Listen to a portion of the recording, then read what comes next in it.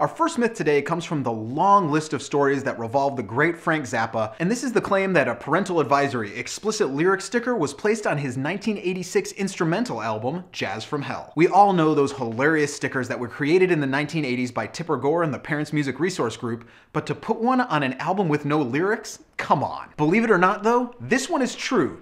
Technically. The album did receive the sticker in question, but only at specific stores in Oregon and Washington state. Myra Music Markets chose to put the sticker on themselves, and I honestly have no idea or evidence as to why they did it. But in the end, yes, the parental advisory explicit lyrics was put on an album that had no words. The second myth I want to look at today is the one that says none other than Barbra Streisand herself appeared in an adult film in the 1960s. Granted, by today's standards, this wouldn't be all that shocking, as it's been proven that sex tapes are a real easy way to some quick fame. But as you roll back the clock, it seems a bit odd, although women far more famous did do just this. The film in question first surfaced in the early 1970s when, not surprisingly, Barbra Streisand was at the peak of her career. And there were advertisements taken out in different magazines that said there was a 35mm film of Babs getting down and dirty. But once you see the footage in question, it's quite clear that this is a myth and just some clever marketing. Yes, the female does have a decent resemblance to Streisand, but when you look at the details of her hands and her face, it's clearly not her.